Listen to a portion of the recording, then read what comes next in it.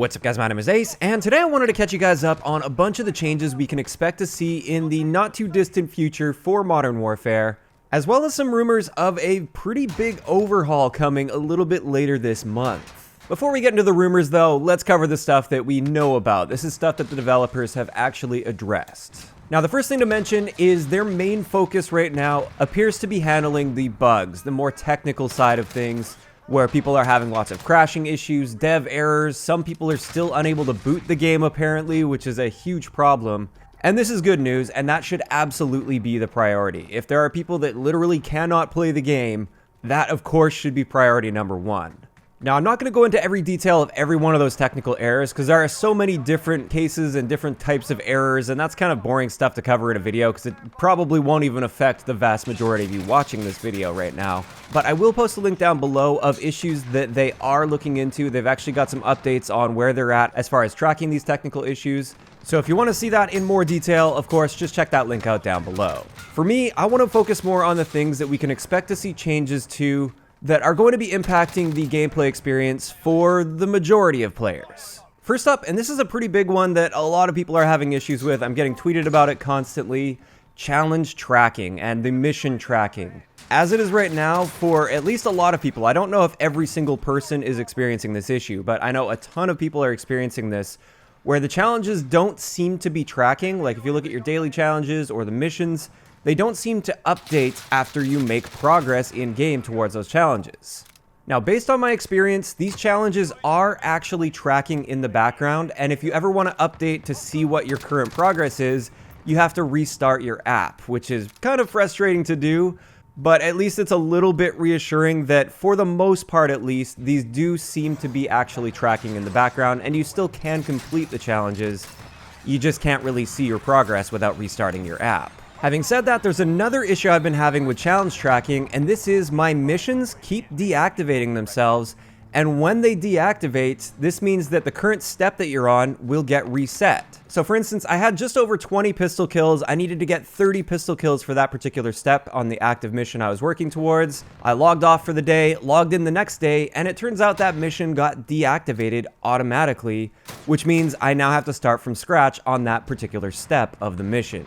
Now, thankfully, the devs have acknowledged these tracking issues with challenges, and therefore, I do expect to see a fix on this at some point in the near future. I'm really hoping it'll be in the next update, but as of right now, we don't know exactly when this will get fixed.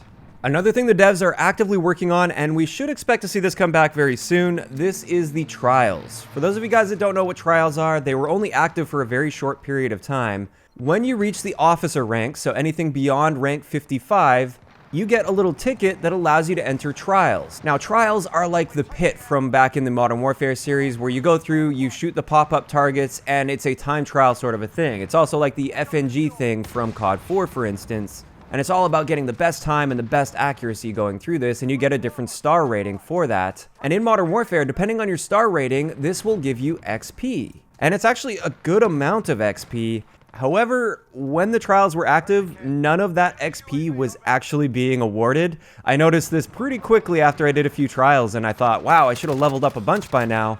But it turns out none of that XP tracked, so they actually took the trials offline for now. They are actively working on a fix in the background, and that should absolutely be back up in the not too distant future as well. The next set of things that devs are looking into changing for the upcoming updates that we can expect to see in the near future are footstep audio across the board, not just with dead silence, but across the board, Claymore interaction and feedback, player battle chatter in one life mode, and spawns. So let's go through these individually. The first thing, footstep audio. This is the #1 gameplay related change that I currently want to see with the game. In my opinion, this is absolutely the biggest factor currently that's leading to these slower playstyles and leading to team deathmatch and free-for-all matches to constantly go to the time limit, at least in the lobbies that I find myself playing in. It's definitely not the only factor, but I really do think it's the biggest factor because, of course, if I hear somebody's footsteps thundering towards me from a super long distance away, I'm not going to expose myself and challenge him to a 50-50 gunfight. I'm going to wait till he walks through that doorway and shoot him in the back. So I don't blame the players at all here. This is definitely a situation where I blame the game. The footstep audio is far too loud in its current state. Yes, it's a smart tactical choice if you hear those footsteps coming to plant yourself in a corner and shoot the guy in the back as he runs by. but this is an incredibly boring and skill-less playstyle that leads to everyone adapting to this playstyle and therefore nobody moving and matches going to the time limit. I would much rather have people feel comfortable moving around the map. Now, that's not to say that I think footsteps should be absolutely silent. Of course, if somebody's sprinting up on you, I think you should get a little bit of an early indication that he's coming because he's being reckless and sprinting up to you. However, currently, I think the range and volume of those footsteps is just too long and too loud. And also, if a person isn't sprinting, I feel like their footsteps should be much, much harder to hear, especially if they're crouch walking. If you are purposely trying to sneak up on an enemy by sacrificing your mobility and crouch walking towards them, in my opinion, you should be pretty much silent. On that same note of stealth, there was that mention of the battle chatter, which is your character yelling contact or I'm reloading or something along those lines, which the enemies can hear loud and clear in-game. Joe Seacop mentioned that they're going to be looking at that in one-life modes, so cyber attack and search and destroy. And while this is a step in the right direction and a start, I don't see why they would just be doing this in one-life modes. I think hearing enemy battle chatter makes no sense in any of the modes in the game, because it's something that you have no control over personally. I don't decide when my character decides to yell contact, and why would a soldier on his own, completely surrounded by enemies behind enemy lines, decide to yell something like that? I think it's just ridiculous for enemies to be able to hear that when it comes to gameplay balance. So I think this is something that really does need to change across the board, but at least to start with, it looks like they're just going to be changing it in one-life modes for now. As for Claymore interaction and feedback, we didn't get any details beyond that. Now, this could be referring to an issue that was posted where there are situations where teammates' Claymores will not get a little blue dot above them, so there's no indication that that's a teammate's Claymore, and that gets really confusing and causes a lot of frustrating situations. But there's also the issue of Claymores dealing damage in a 360-degree radius. And this can lead to you coming up behind a Claymore and shooting it, and it's still killing you even though you're standing behind it. Now, that damage radius is definitely much, much shorter behind and beside the Claymore compared to in front of the Claymore, but from a balancing perspective, I don't think it should be dealing any damage outside of the angle that's represented by the lasers. That's just my opinion though, and I hope that that's going to be a change that they make with the Claymore for the future. Now, that final thing he mentioned in this tweet is spawns, and of course this is not a surprise by any means. Spawns are always worked on and improved over time, especially at the beginning of a game's lifecycle. They need to get a ton of data from players in order to make the right decisions when it comes to adjusting spawns. But it is painfully obvious that we need adjustments to these spawns soon, especially on maps like Piccadilly, for instance. That is the worst offender. But I would say spawns really just need work across the board in this game, and it does look like we can expect to see changes coming in the near future. This brings us to the next change we can expect to see, and this one is specific to the Ground War game mode. Currently, if you're using the tanks in Ground War along with the Point Man perk, which turns your kill streaks into score streaks, you get 100 score per kill with a tank, which is a lot considering that you can really rack up a lot of kills with a tank in that mode. So this is something that is really being exploited by a lot of people. Looks like they're going to be adjusting this. I'm kind of hoping what they do is they just make it so you only get like 25 score per kill if you're in a tank. But that's just my opinion. We'll have to see what they end up doing with that. Additionally, something that a lot of people found frustrating while going for camo challenges on launchers is they were finding pretty quickly that you only level up launchers by getting player kills currently. So if you shoot down streaks with your launcher, too bad. That doesn't help your launcher progress at all, which is really backwards. This appears to just be an oversight, and it will be fixed very soon.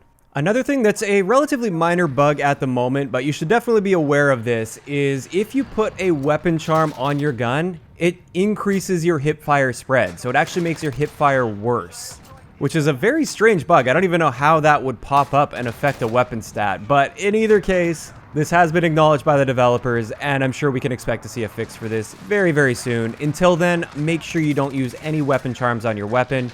You're just making it worse for yourself.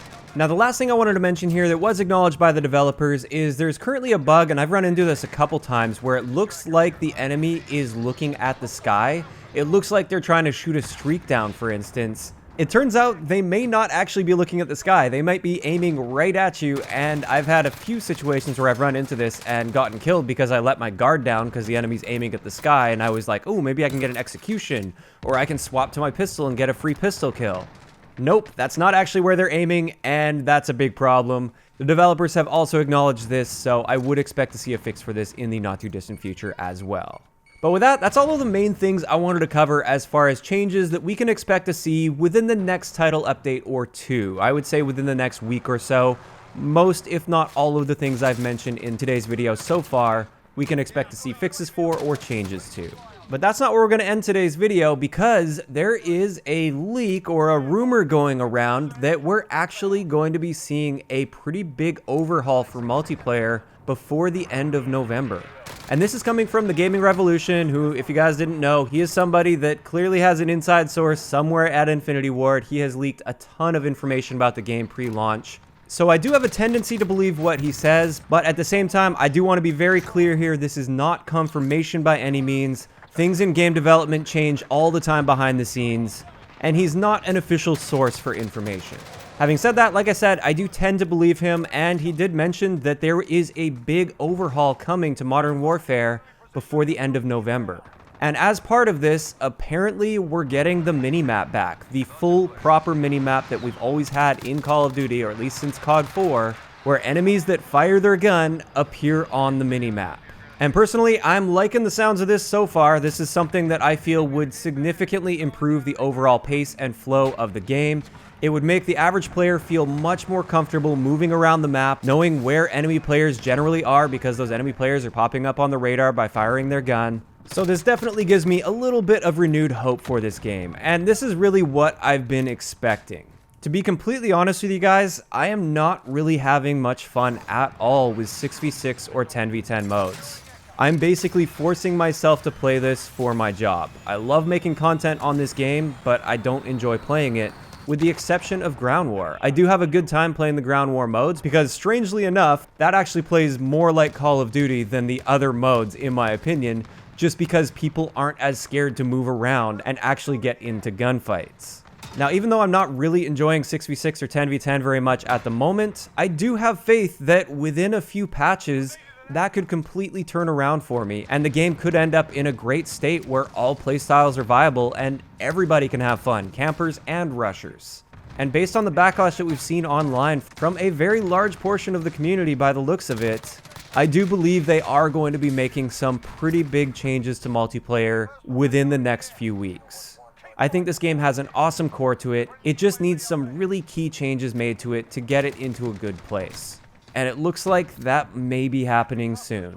In either case, I'd like to know in the comment section below, first off, what do you guys think about the confirmed changes that will be coming in the near future for Modern Warfare? And also, what do you think about the idea of an overhaul to multiplayer where they would do things like turn that minimap back on so it's the normal minimap we've been used to for the past dozen years of Call of Duty? Just let me know all your thoughts on that in the comment section down below. If you enjoyed the video, a like rating is always appreciated, and don't forget to subscribe for more if you haven't already. I'll talk to you guys next time.